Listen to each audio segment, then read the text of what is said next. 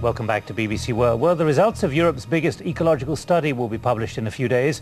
It's a 3-year trial conducted on 50 British farms, testing the environmental impact of genetically modified crops. Next year, the EU is due to decide whether to lift its restrictions on GM crops. There is, though, one European country where GM crops have been a reality for 5 years. Here's Tom Heap. The Spanish are still close to the rhythm of the soil and the seasons.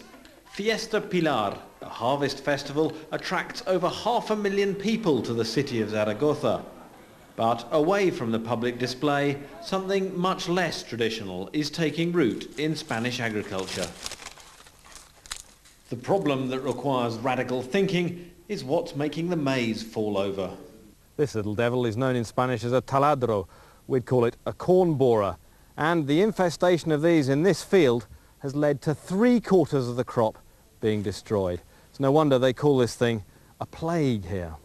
But spraying to kill it is expensive and wipes out many other insects. Here is something different, an upstanding patch of maize ready for harvest. Comercialmente es perfecto. It has a magic ingredient. It's been engineered to include a gene which kills the corn borer. And you don't have to spray it, so more other insects survive. Yo entiendo que es al revés, es beneficioso. He says GM is good for the insects, because in the other fields they've had to spray 2 or 3 times, leaving very little else alive. That's not a view shared on this organic fruit farm.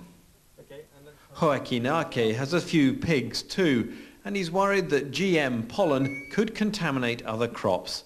He wants Spain to follow the rest of Europe and stop commercial planting, but he admits most Spanish people don't share his fear.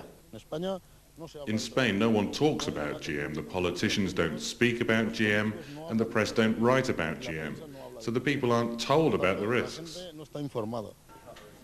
It's certainly not the hot topic at the bar. Mariano Almudeva spent much of his life in England. His son Sancho was born there.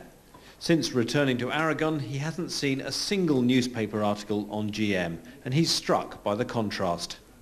I think you've got to find a sort of middle point between the two, between the sort of excessive hysteria on the one hand and the kind of sort of misinformation and introducing these things in a silent and manipulative way.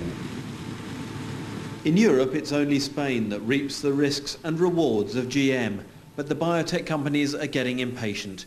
Without further scientific proof that it's dangerous, they insist more countries must grant them the license to grow. Tom Heap, BBC News, Aragon.